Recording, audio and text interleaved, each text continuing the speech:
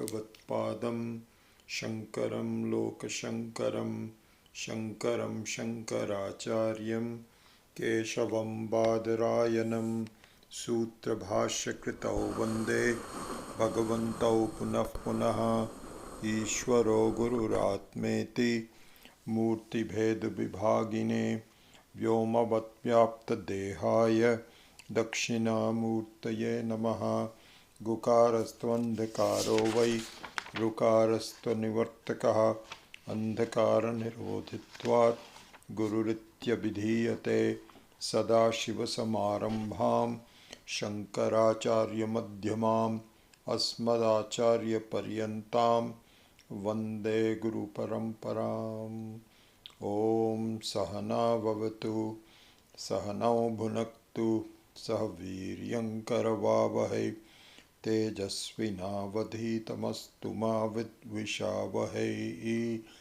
ॐ शान्ति शान्ति शान्तिः।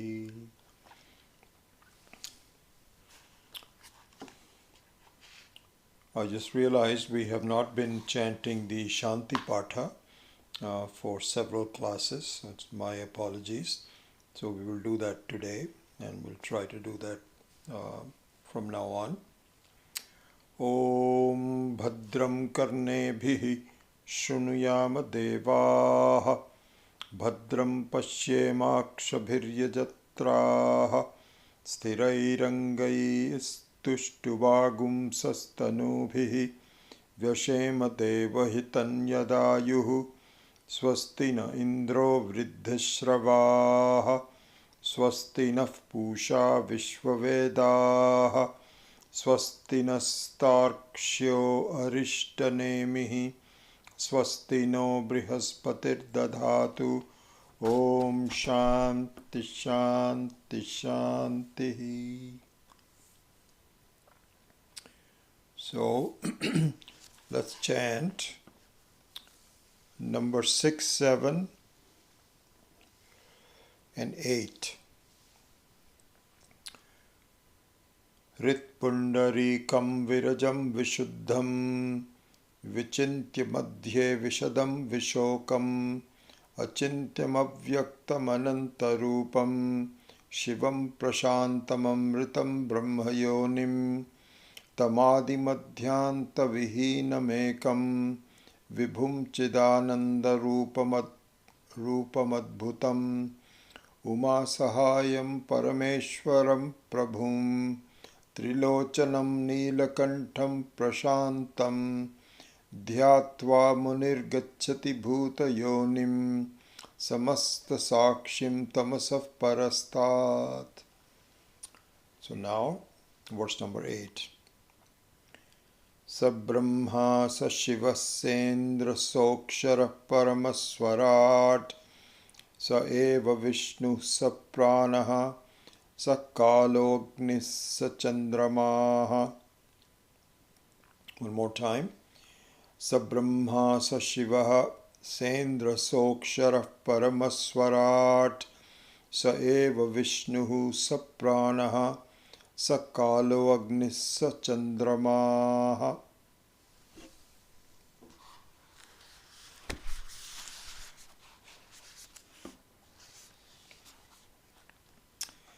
So the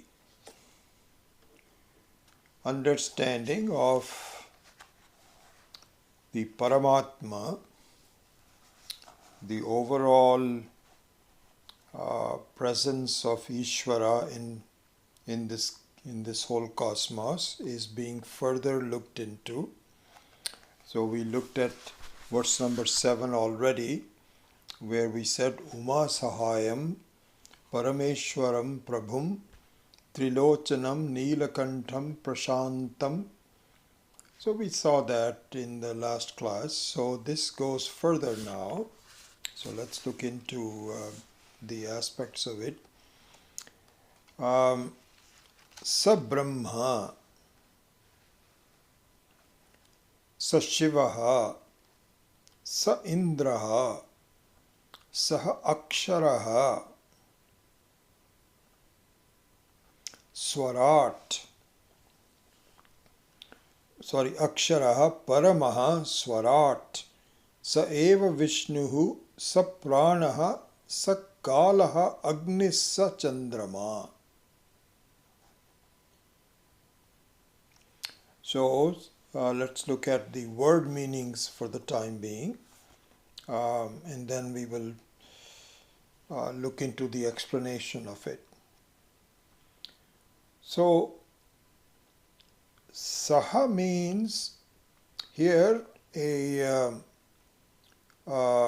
masculine noun is used.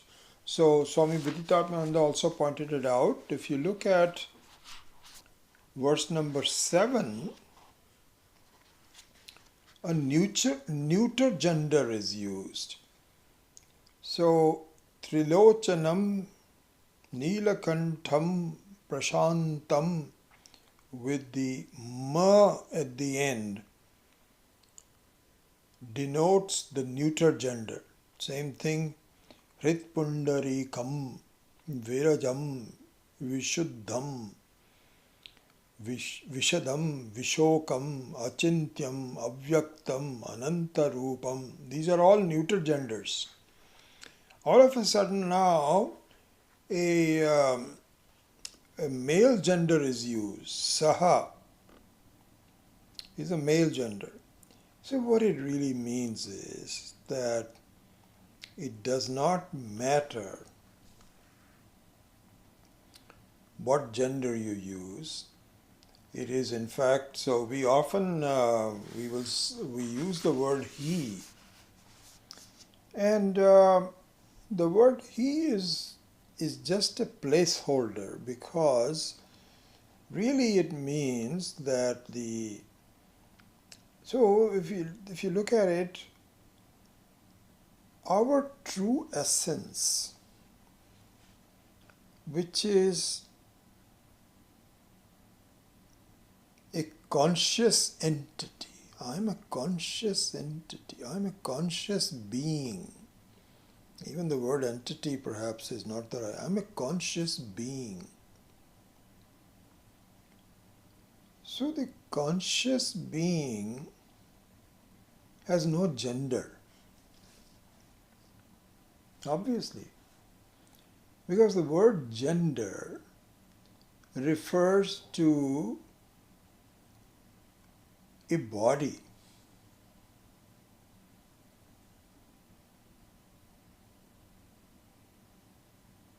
Here, this is the Atma, the consciousness, does not have a body.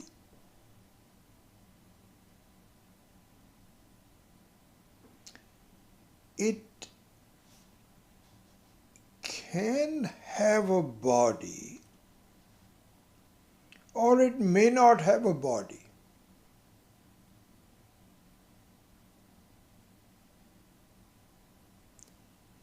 So, to look at it that way, the water does not have a shape. If you see even though the water also has a certain color and so on and so forth, some fluidity, so it has some qualities. So that is just a placeholder for now. But if you look at the Atma as the indicator of the water, in that sense the water does not really have any particular shape. It can have a particular shape, but it may not have a particular shape. If it wants to have a shape, it can have a shape. So similarly, the Atma can have a body. The body is nothing but an expression of the Atma.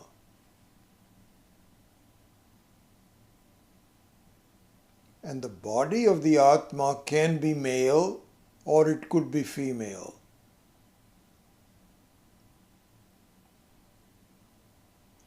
But the Atma, so in other words, we don't have a male wave and a female wave.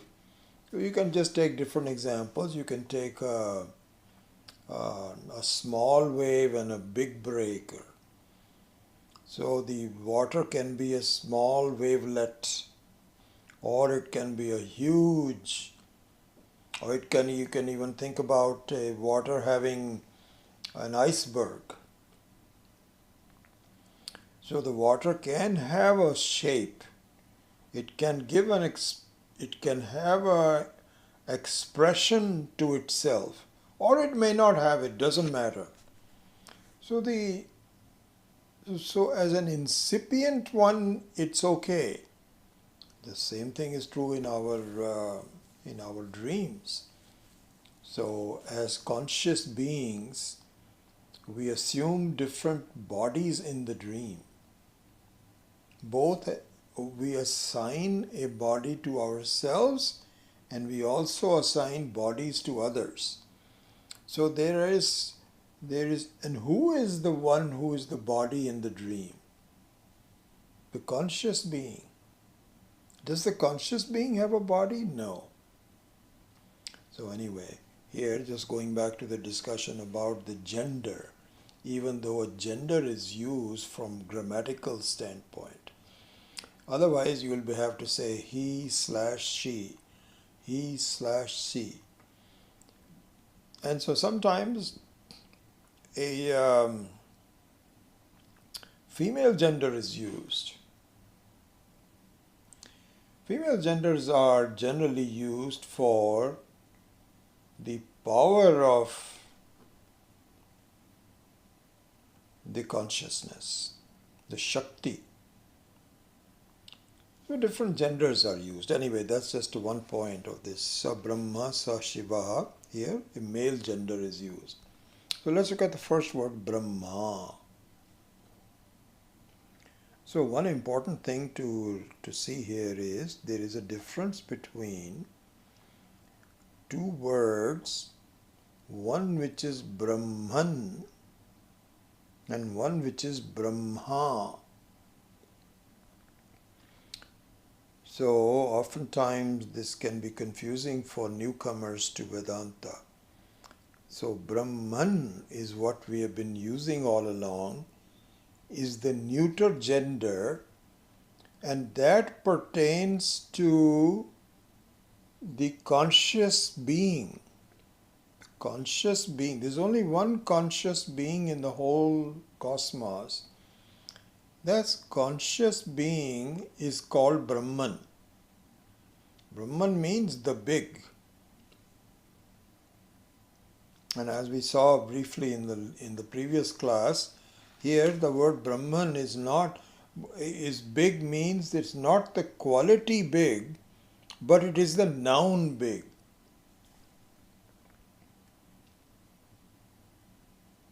See, usually the word big that we use is that of an adjective. We can say a huge ship.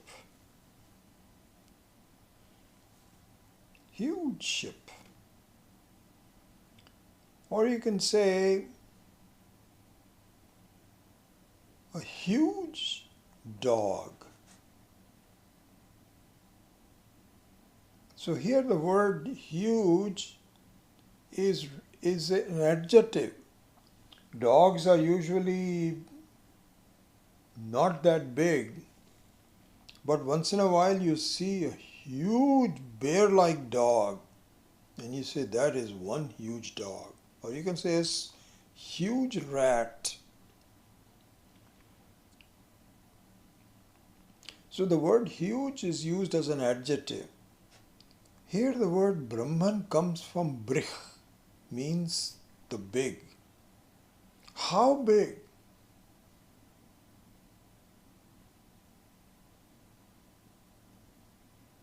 This is an important thing to see because it underlines what we are talking about in terms of the wave and the water. So so it's interesting. You can say this is a big wave.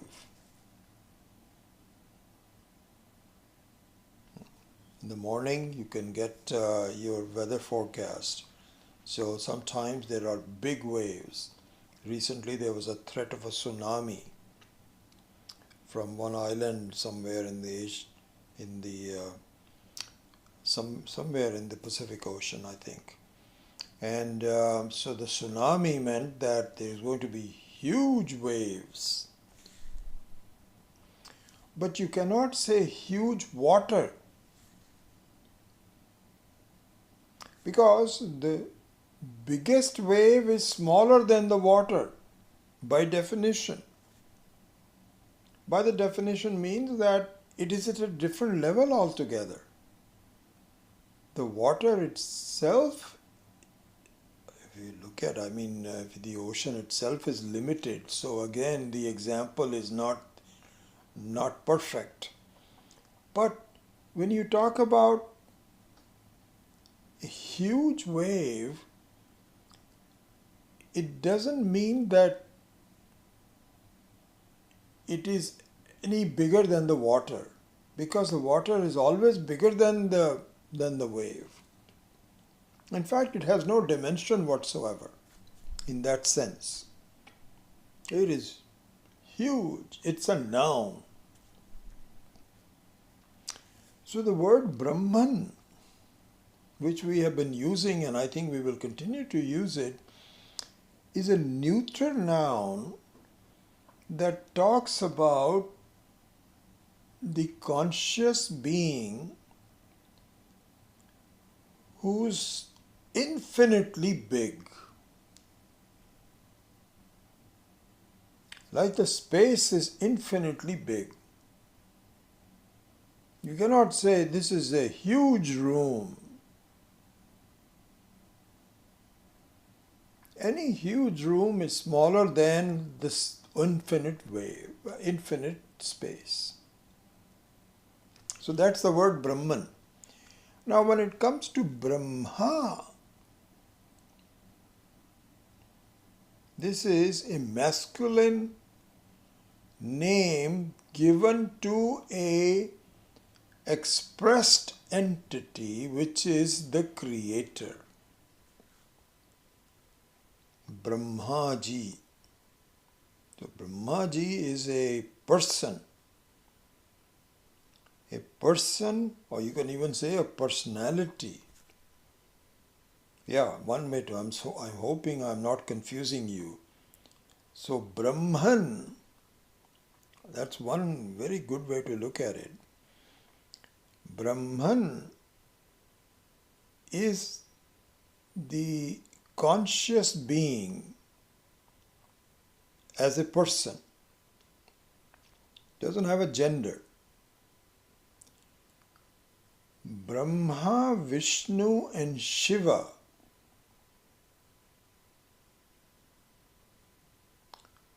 are specific personalities of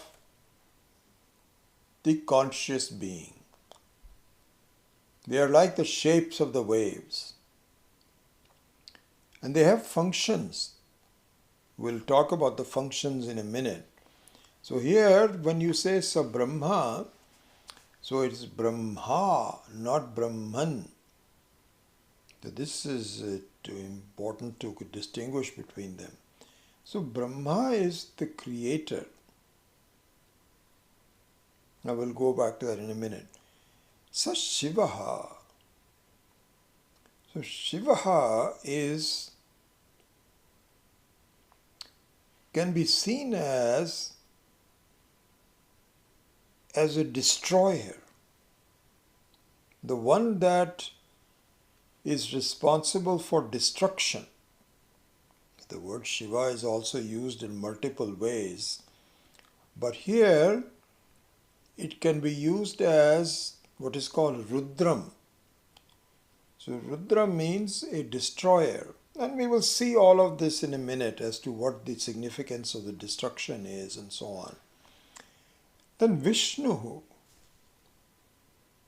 So Vishnu is the one that keeps the world going.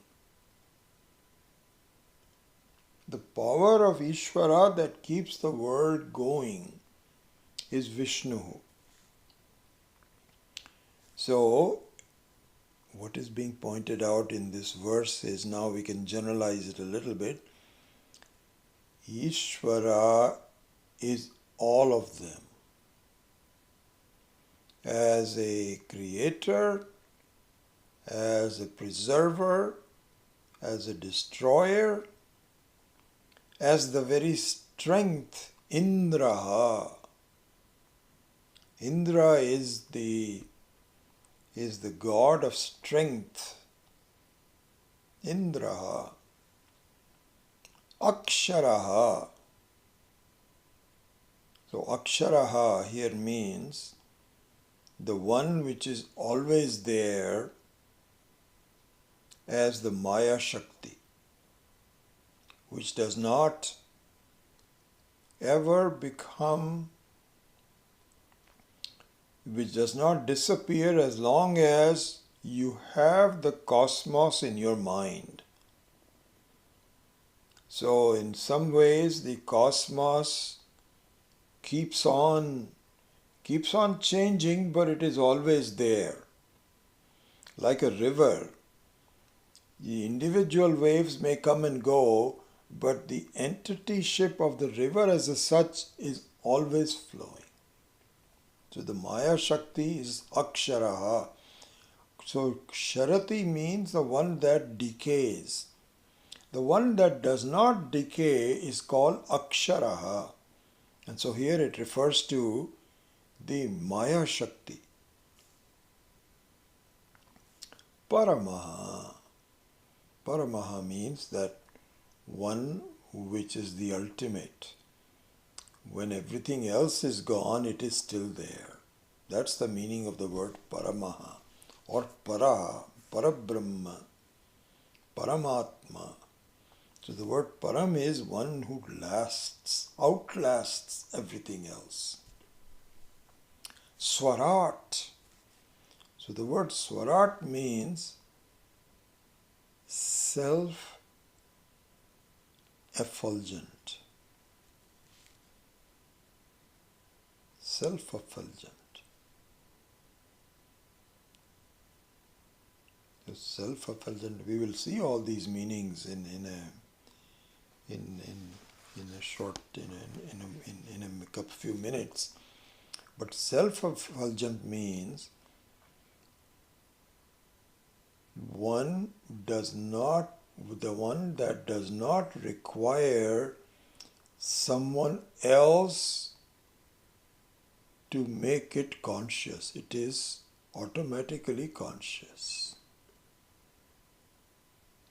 Typical example given is the sun and the moon, because the sun is self-effulgent and the moon is not self-effulgent.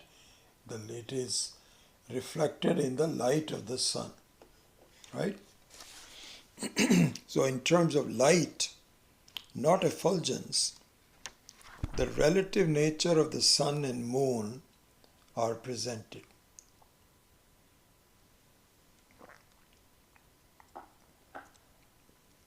And the same thing is true in terms of effulgence. Either it is self-effulgence or it is dependent effulgent. This is independent effulgence, Swarat. Then Sapranaha. So Pranaha here means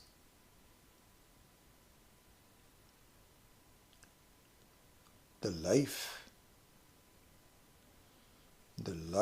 of expression. So anything that has Sukshma Sharira, that has the subtle body, has life in it.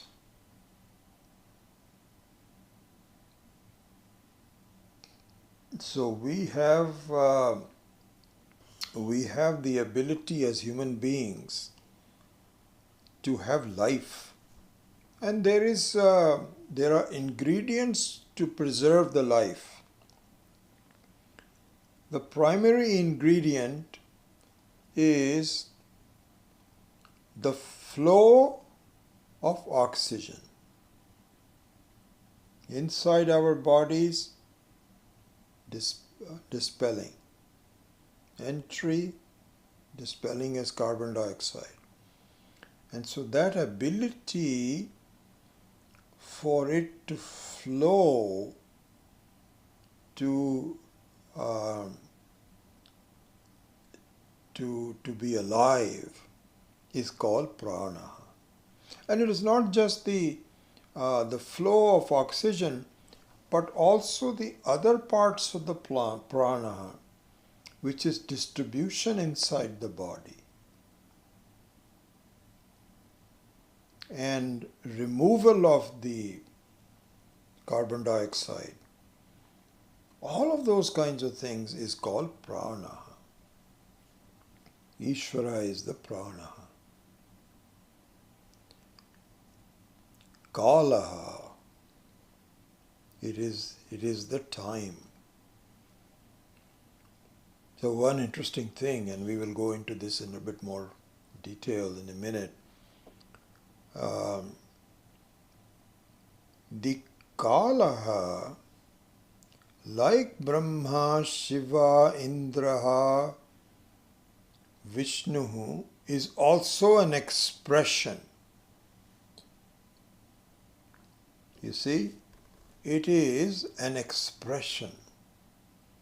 Expression means that it has a personality. The person has a personality. So it has a specific function, specific shape,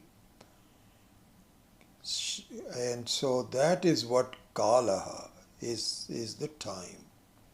Time and space, the two coordinates, the fundamental coordinates, are both expressions of this Saha, which is Ishvara, Brahman. Agnihi. Agnihi means warmth, fire. And Chandramaha. The Chandramaha means the moon. And so these are the various examples of it. There are infinite ways of looking at the God, the Ishvara, Brahman. Infinite ways of it expressing itself. So these are some of the few ones being cited here, but important ones being cited here. So let's look at the examples of these. So one thing to be looked into here is the following. So as a principle, this is an important one for us to see. In each of these functions that are being described, Sa Brahma, Sa Shiva, Sa Indra, Sokshara, Paramaswarat, etc., you can look upon it as the description of the Almighty God. And by the way, both of them are correct. This is something that really Vedanta does such a marvelous job of explaining and making us understanding.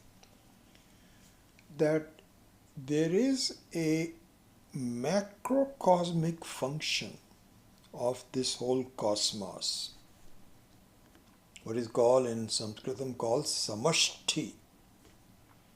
So samashti means the overall presence of Ishvara in the whole cosmos, which has some functions to keep it going, such as creation, sustenance, destruction, heat, prana, Chandrama.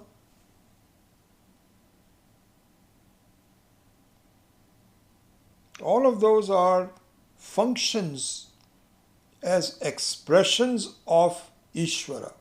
Parameshwara, the Almighty. Another way to look at it, equally valid, is the expression of these forces, if you may, from yourself as an individual.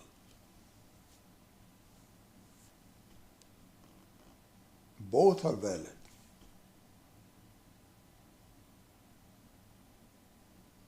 Okay? Alright, so now let's start looking at it through this analogy of both the macrocosm, samashti, the overall functioning of the cosmos, with the individuality called vyashti. The individuality and the totality are very similar. Very similar. There is fundamentally no big difference. So let's look at the individual.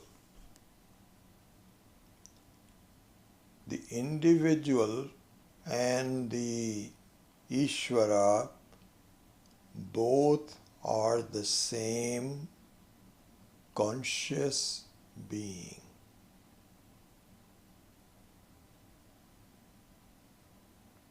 Both, they are identical. They are not, one is not part of the other, one is not an aspect of the other, they are exactly the same, which is Brahman. So this is what is called Jivatma and Paramatma. Both are Atma. You can say a room space and total space. They are not two entities. They are only different from a relative standpoint. The room space is space with respect to a specific set of coordinates that you are talking about, a room.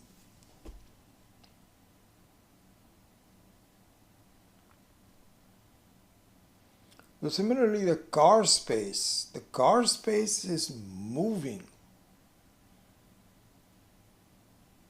as the car is moving. But is it really moving? It is not really moving. It is the same space that appears to move. So the appearances is another thing altogether, but if you analyze the very fundamental nature of it, it is exactly the same. So going back to the analogy, so the Paramatma has the forces to create, to sustain, and to destroy. The individual has the same thing. Because I can start something. I can, in fact, the moment I wake up in the morning, the whole world just comes to me. Shapes, sounds, smells, they are created by me. They may be created outside, but through my own thoughts they are created by me.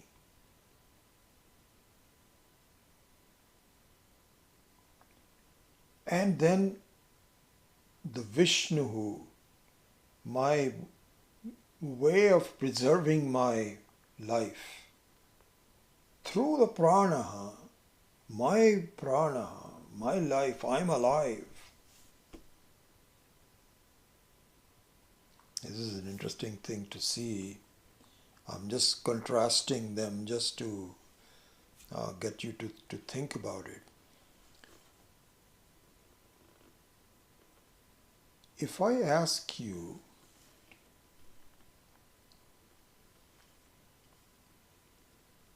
are you alive? And is that your total truth? You may say, yes, I am alive. But you know what? This is the truth that you are alive, but this is not the total truth about you. What? How can you say that? Of course I am alive and that is the total truth about me. No. Then what? You are not just alive, you are.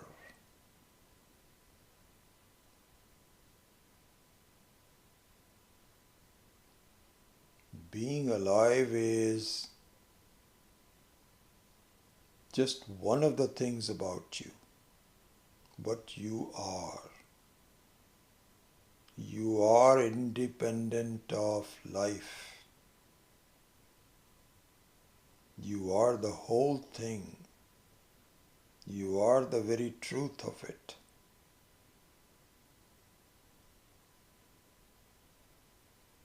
Let's take another aspect of these words. So, one is Swarat and Agni. Let's take those two words on one side, Swarat and Agni. So Swarat means self-effulgent and Agni is fire. Let's take these two words together on one side and let's take Chandrama on the other side. The moon.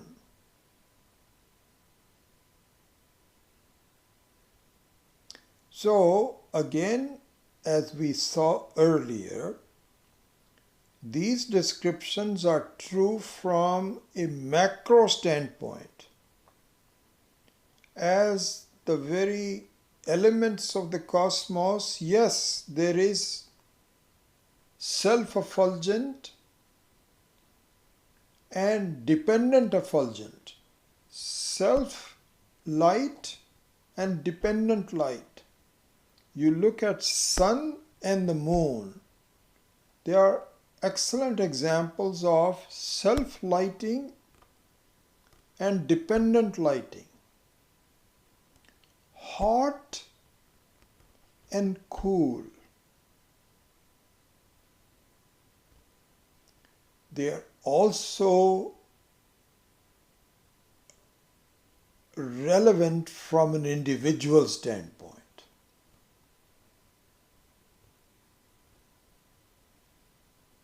How? The Atma, the Brahman, is self-effulgent.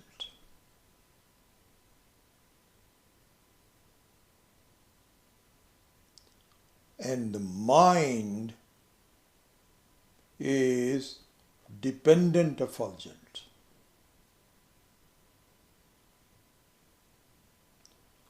So the sun stands for the Atma and the moon stands for the mind. The Atma is self-effulgent. How is it self-effulgent? You can ask. What do you mean by self-effulgent?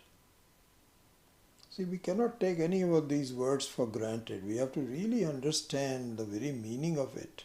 Otherwise, it doesn't really do anything in our life. How am I self-effulgent?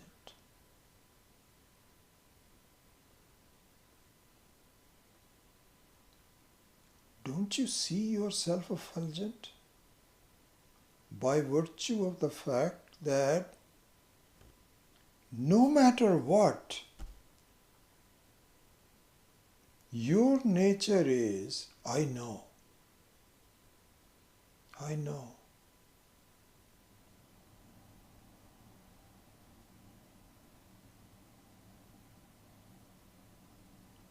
I know.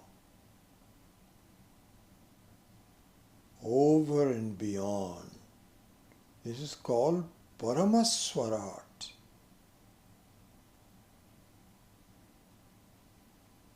These are beautiful words. Just look at this. Paramaswarat means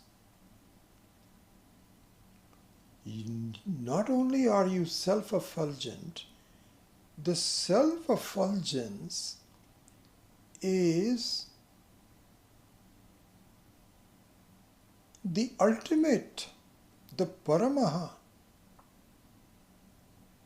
How?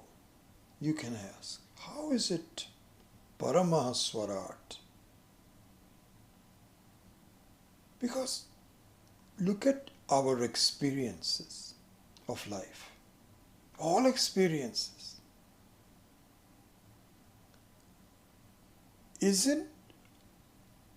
Aren't our experiences governed by I know, I know, I know.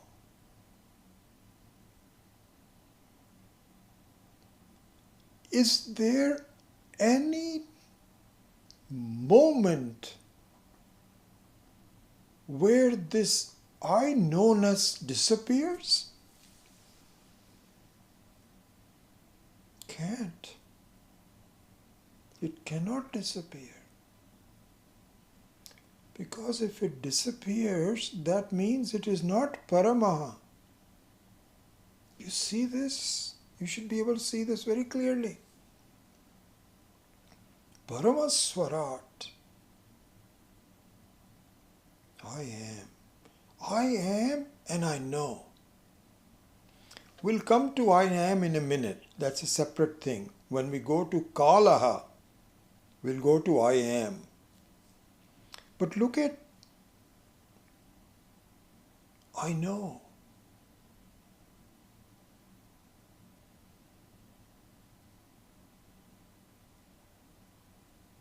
I know. Even things that you don't know, you know. Isn't that so interesting? You cannot even say I don't know unless you know. Wow. This is just incredible.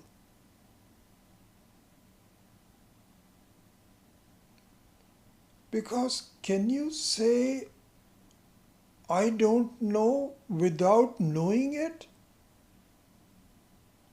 That would be the destruction of I know. You see, if I know was a relative thing that can go, so this is what would be called duality. See, this is another definition of duality. When you say Dvaita, duality, means either I know or I don't know. But that doesn't happen. You may not know something on a relative basis. We have taken that example many times. You can say, I don't know Swahili, although there's a couple of students here who know Swahili very well. Or any one strange language, Punjabi, my mother's language. My father's language was Hindi, my mother's language was Punjabi. So I know both of them. So if I ask you, do you know Punjabi? And you said, no, I don't know Punjabi. I don't even know what Punjabi means. You cannot make that statement that I don't know Punjabi unless you know that you don't know Punjabi. So you see the Paramaha. Can you see the Paramaha of I know? I know, I know, I know. I know English. I don't know Punjabi. Both of those relative knowledges I know. I know English. I know I don't know Punjabi. I know never goes. I know is not a quality. It is your nature. Self-effulgent Paramaswarat. I know.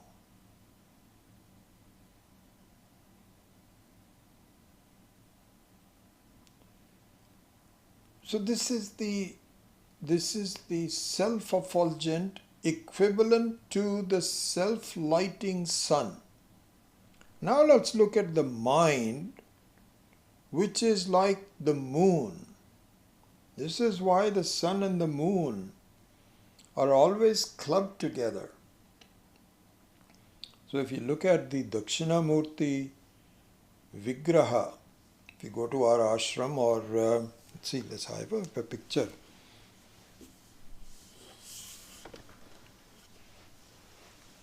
So this is the picture of Dakshina Murthy from our ashram or any one of them. So this is called Ashtamurti. Ashtamurti means it has eight different aspects to the Murti. There's a lot of knowledge behind all this. This is not just some kind of a form like this. This is the expression of Sa Brahma, Sa Siva, Sa Sendra, exactly the same. So how? So look at this. Maybe we'll do this some other time. There are 8 entities that comprise the Dakshinamurti. What are the 8 entities? You have the 5 basic elements that comprise anything in the world that you see. So it has Akasha, the space, Vayu, the air,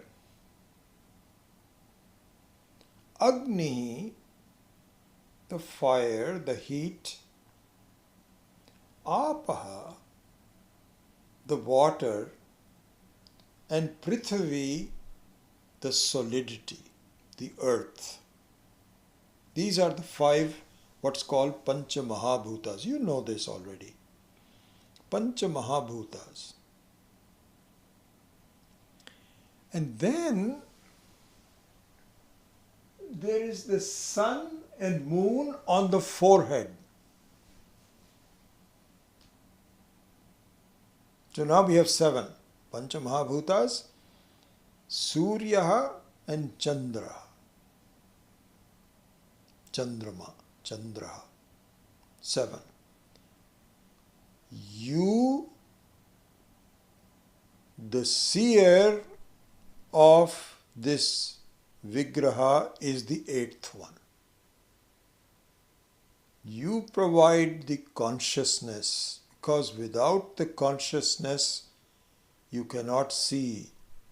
That also you have to incorporate. So these are the 8 forms of it. of the entire cosmos. And it is also the 8 forms of myself as a human being. Because anything that I see, anything that I experience is comprised of one of these 5 elements. It must have some space. It has air in the form of oxygen. It has some heat. Life cannot be without heat. It has water. The whole fluidity of my body, my blood flowing and so on. Water. And of course, the solidity of the body.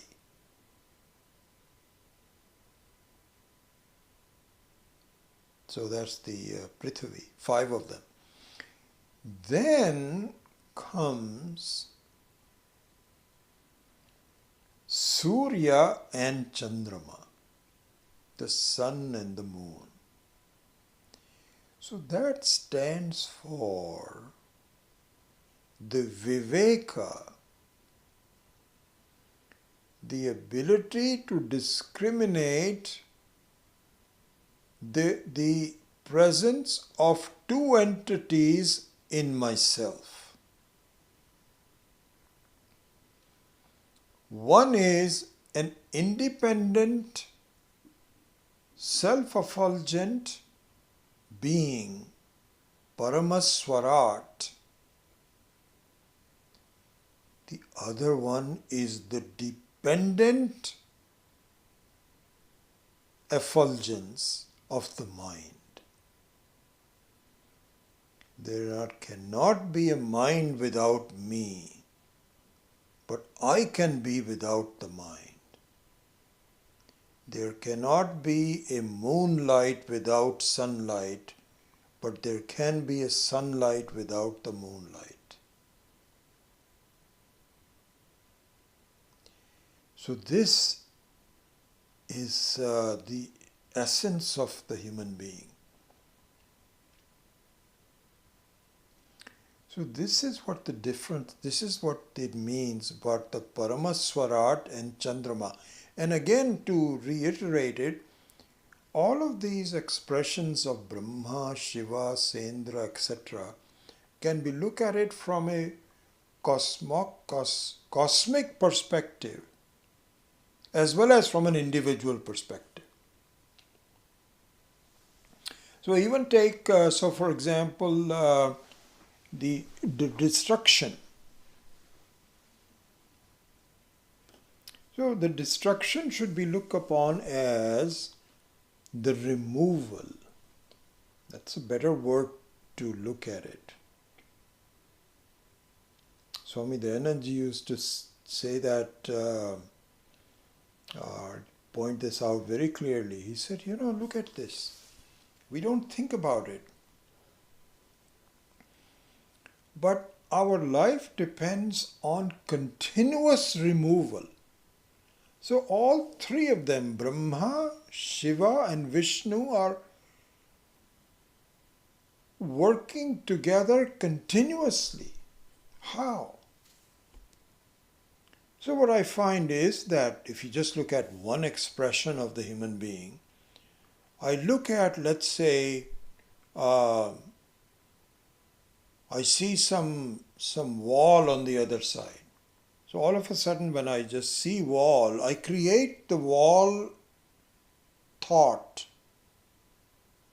That's created. And I'm completely looking at it. That's the preservation of the wall thought. And you can even do this without really opening your eyes. You can just come up with some, so supposing I ask you, imagine an elephant. Now you have some idea in your mind, without your eyes closed, without your eyes open, an elephant. See the elephant moving.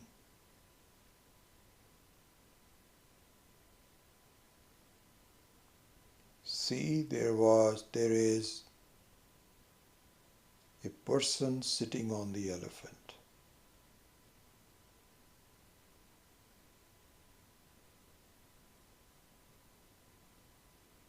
Now see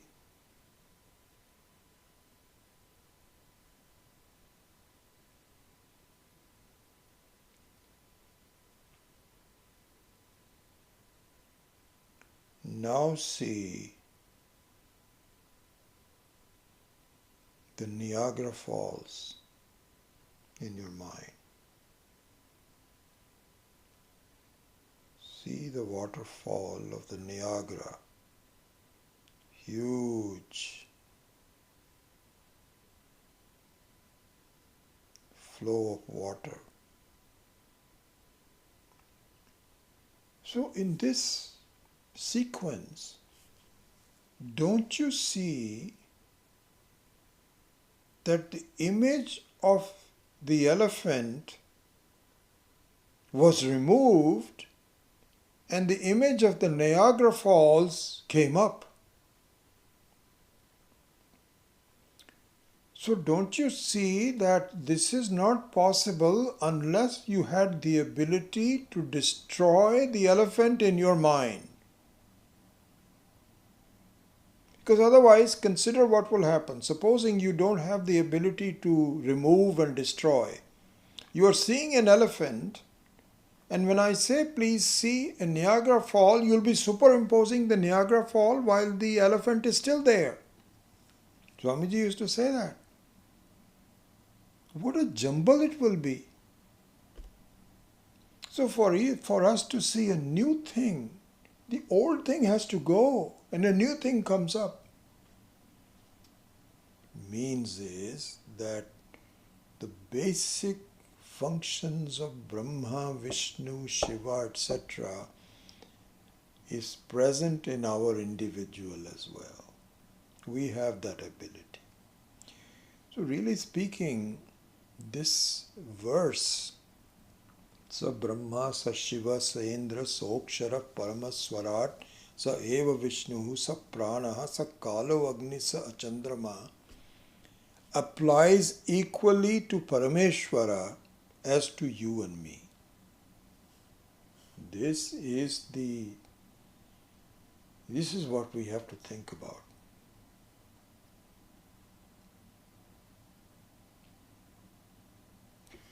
And so the one thing that we can make a commentary on it, time is it? 10:56. One thing we can make a commentary on this is that as far as the expressions are concerned, expressions means the personalities that we talked about, Brahma, Vishnu, etc., etc., there may be some differences between the macrocosmic and the microcosmic. Like for instance, there are infinite number of worlds in this cosmos. Infinite number. And all you have to do is to see the truth of this on a dark night when you have unlimited number of stars twinkling. Each star is like a sun that has lots of satellites around it with people. Infinite number. Science talks about, is there life outside? It is the silliest thing that we can think about. Where there is how can there be no life anywhere? All over the world, the cosmos, there is lives. I would say that the number of classes like this where individuals are discussing the presence of the Atma are infinite, not large. It's not like saying, there's like 10 other classes like this going on. No. How about 100? No. Keep going up. Infinite number of classes. So there are differences between you and I are only participating in one class, whereas on a macrocosmic level they are participating in millions and trillions of classes. That may be the true. We are not denying that. But the self-effulgent Atma is the same in all of them. See, this is what I'm saying. As far as the expressions go, there are differences. But as far as the person who is responsible for the expressions is the same. No differences. I know this is the same conscious being. It's the same. Forget about that. When I say I know, and if you feel as you should, I know, it's the same thing. There's no difference. Fundamentally, there is no difference between you and I. No difference whatsoever. There are differences between our genders and bodies and minds and pranaha and ages and all of those kinds of expressions are different.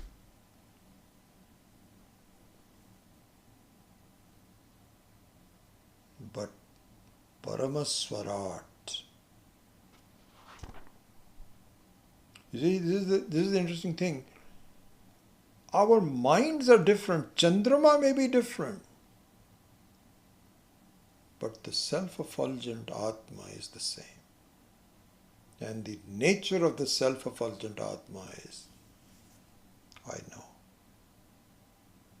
I'm aware. I know. So this is the effulgent part of it. Now let's look at one other thing which we have not talked about so far.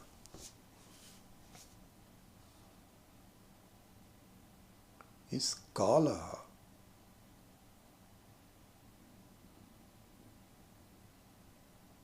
Kalaha. Kalaha means the time.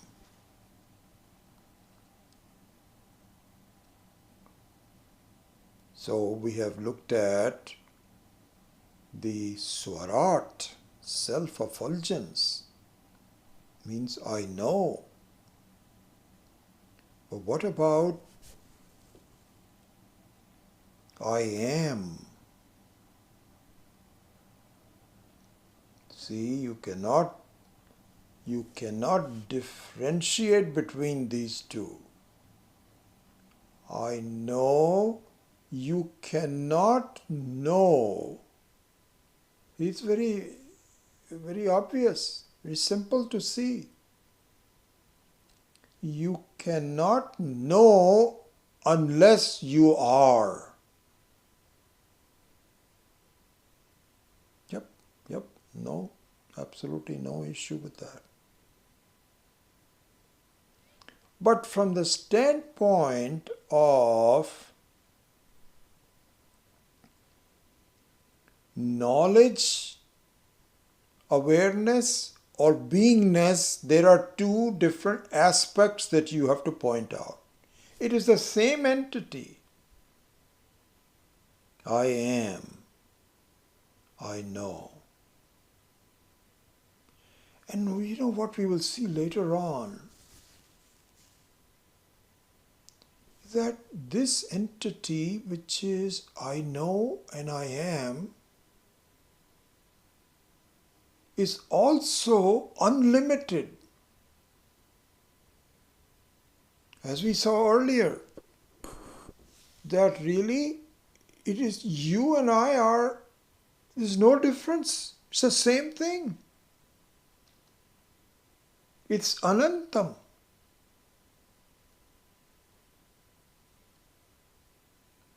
And what we will see more and more clearly as we study, this is the remarkable thing, is the nature of ananda, of joy, of happiness, however you may call it, happiness, of peacefulness, is the same as I am and I know. So what it means is that I am and I know is not just without joy, without feeling. No.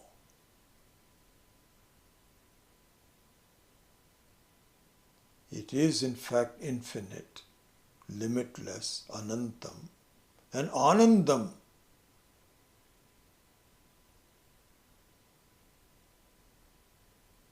Your ananda and my ananda is the same, infinite. But the differences come in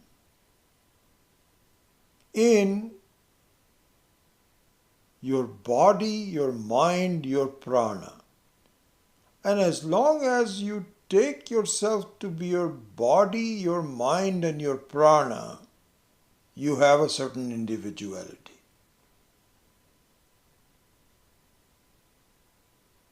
But if you see the fundamental truth of who you are, it is the same.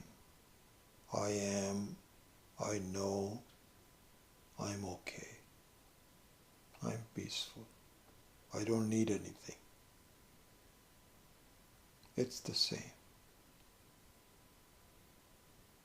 So this ananda is one of the last ones to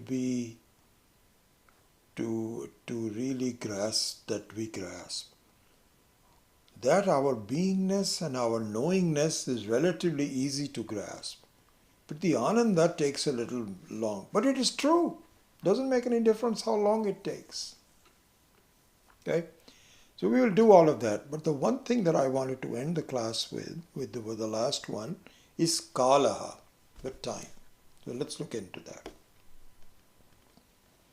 So we have already looked at the I know part of it. That's pretty obvious. Now let us look at kalaha. What is the nature? What is my relationship with time? Let's look into that. Okay? And you will see some of that description in the text by Swamiji also. Please read it as we normally do. I don't have to remind you. So you combine some of our personal discussions that we had along with what Swamiji's text is, and try to reconcile and make sure that they are the same. That I'm not saying anything different than what Swamiji is saying. Kalaha, sakalaha. He is also the time.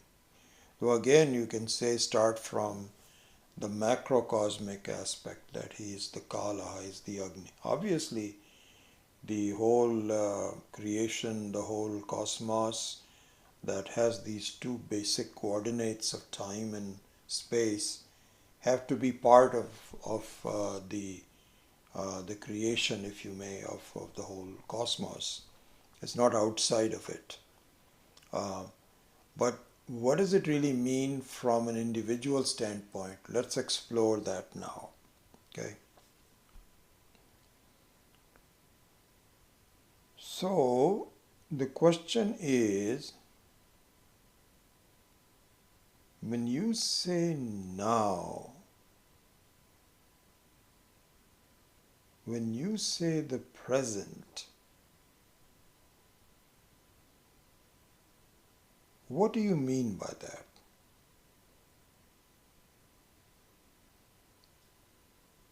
Whenever you say at present,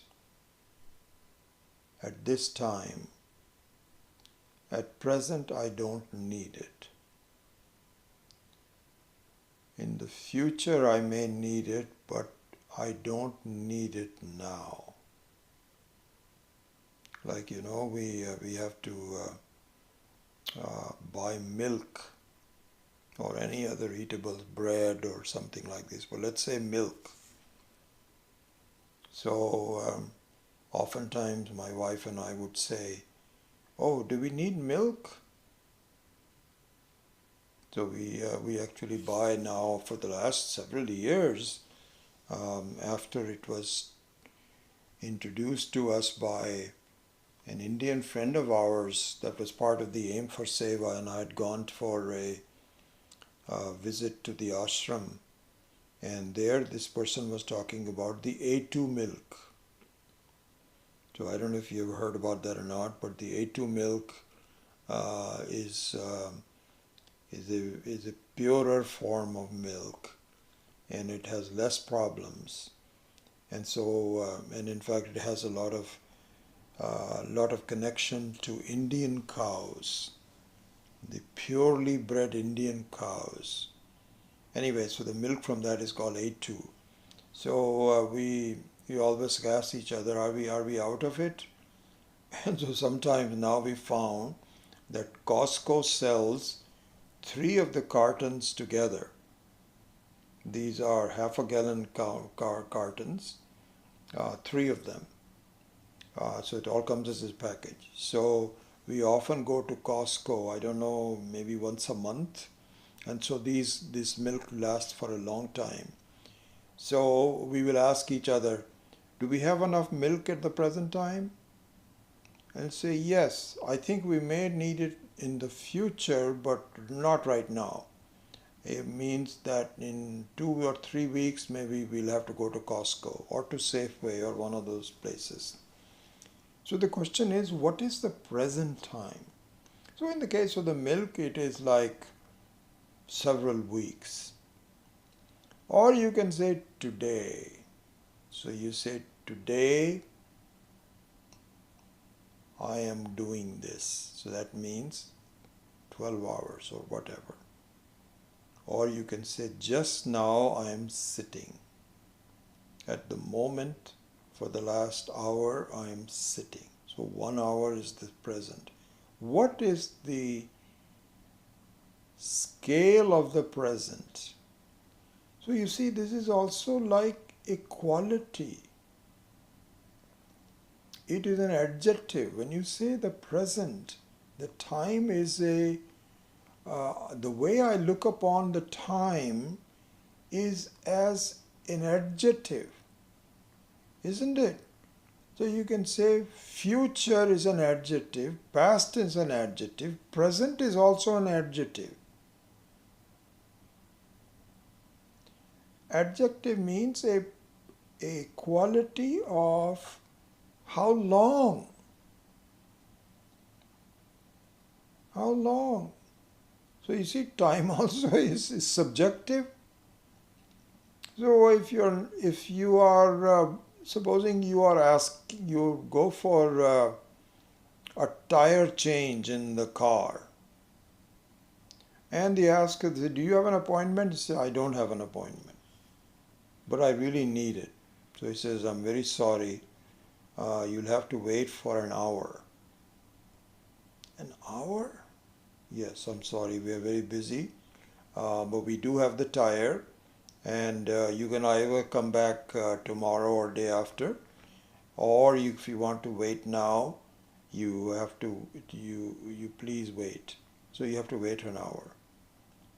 An hour of waiting in the middle of the day when you don't have to do anything, it seems exceedingly long. So time, and 1 hour is a long time, very long time. Or if you are having friends over and you are just talking and you're having fun and eating together, 2 or 3 hours go by and you don't feel it's long. You'll say, oh, it's time to go already. Come on, stay for a bit longer time. Time is very subjective. So there is an adjective of time. Question is, where is the time? How are you measuring it? So the answer is, I'm measuring it as an object, as an adjective. The present is really timeless, which is you. That is the present. All the past was also a present.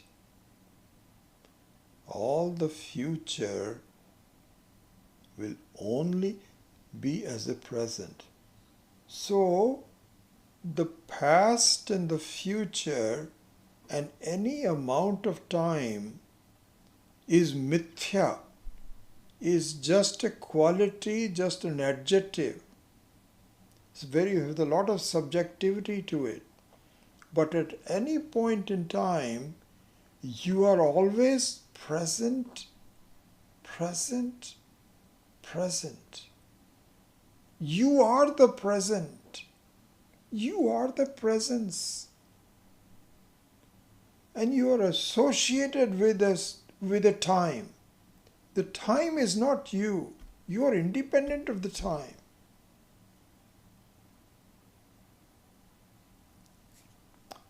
This is a very subtle subject, and we'll have to go through this again some other time, perhaps with some meditation to go along with it.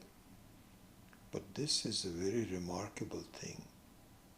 Just like you say, see, just to close off, just like you say, I know is me. The present is also me. It's Paramakala. You can use the word Paramaha. Paramaha means you always are present. It's a very beautiful thing to see. You are always present. You're timeless.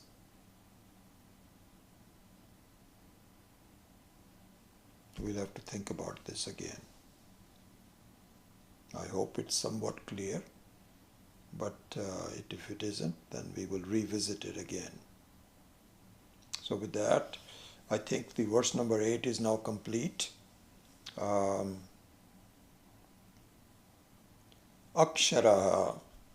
So there's nothing much to talk about the Akshara. Akshara means the very nature of my life, which is flowing like a river, but always there until I find that I am independent of it. So that is also part of it. So with that, I think we have covered all of the words of this and most of the conceptual things on the verse number 8. So next time, I think we can go straight away to verse number 9. Om Asatoma Satgamaya Tamasoma Jyotirgamaya Mrityorma Amritam Gamaya. Om Purnamadav Purnamidam Purnat Purnamudachyate Purnasya Purnamadaya Purnameva Vashishyate. Om Shanti Shanti Shanti. Hari Om Shri Gurubhyo Namaha. Hari Om.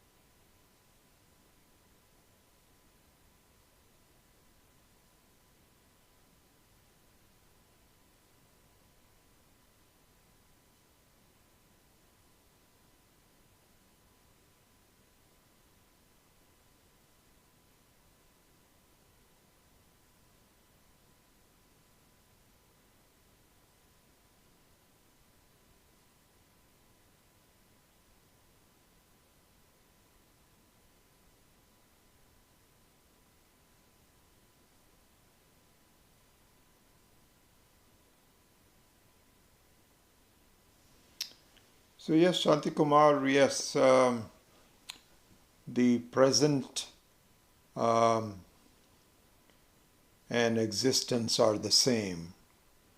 Um, so the only reason that I use the word present instead of presence is the word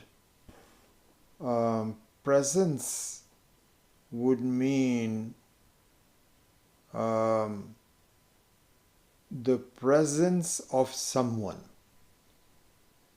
Did you notice the presence of something? Like that's how it is used.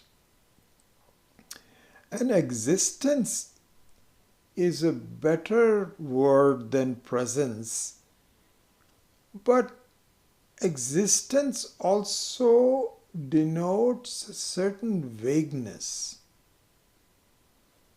generality. So that's the dilemma on how the words are used. But the word present means now. And so I like the word present better than presence. But existence it's okay. So I think this is the thing. We think in terms of words, our ideas and our experiences are tied to words.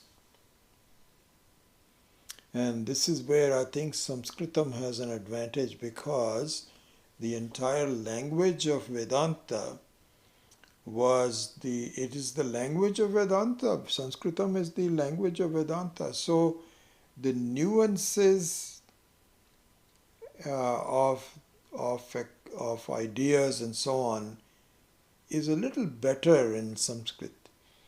But doesn't mean that it cannot be done in other languages, and including English.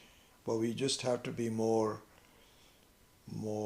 careful about the subtleties or differences between them. Anyway, just some discussion. All right.